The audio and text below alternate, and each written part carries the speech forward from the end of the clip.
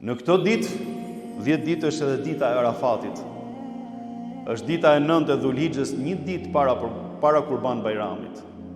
Ditë e madhe, ditë me vlera të mëdha.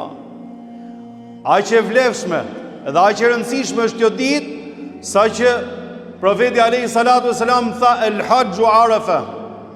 Haxhi, gjithë haxhi, rituali i haxhit që bën haxhint, të cilët kanë shkuar në vizet e shkrenjta, në vizet e shenjta, i gjithë haxhi është Arafat. Nëse arrin Arafatin dhe i fitojnë përjetimet e Arafatit, kanë fituar haxhin. Nëse nuk e arrin Arafatin, përjetimet e Arafatit, nuk ka haxh për ta, subhanallah. Dita e Arafatit, ditë e madhe, e mbushur plot me mirësi, me vlera të panumërta. Dhe me mundësi të mëdha për besimtarët dhe besimtarët që të fitojnë faljen edhe mëshirën e Allahu xhaleshanuhu. Si ata cilët janë haxh, po edhe ata cilët nuk janë haxh, besimtarët e tjerë që nuk kanë shkuar në vizet e shenjta pra. Për sa i përket haxhinjve, ajo është dita më e rëndësishme dhe më e vlefshme të gjithë vitit. Në atë ditë, Allahu xhaleshanu, siç tregon profeti alayhi salatu wassalam, zbret edhe afrohet mbi banorët e Arafatit.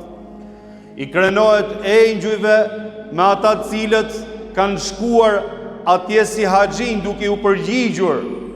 Allahu xhaleshanu, lebejk Allahume lebejk, tu përgjigjem ty o Zoti ynë, tu përgjigjem o Allahu ynë. E i krenohet engjujve dhe i thot, o engjujt e mi, shikoni robët e mi, kanë ardhur nga çdo vis, kanë ardhur nga çdo vend, kanë ardhur nga çdo lugin, nga komësit ndryshme, nga raca dhe nga ngjyrat ndryshme, të gjithë vinë përpara meje të barabartë, të veshur me rrobën e ihramit, të zhveshur nga petku i dynjas dhe nga çdo angazhim tjetër. Angazhimi i vetëm është që të fitojnë faljen edhe mëshirën e Allahu xhaleshanu, të i përgjigjen Zotit tyre si ditën që dalin para Allahu xhaleshanu. I thotë engjujve, o engjujt e mi, çfarë kërkojnë robët e mi, se faljen e Allahu xhaleshanu edhe mëshirën e tij do ta kenë.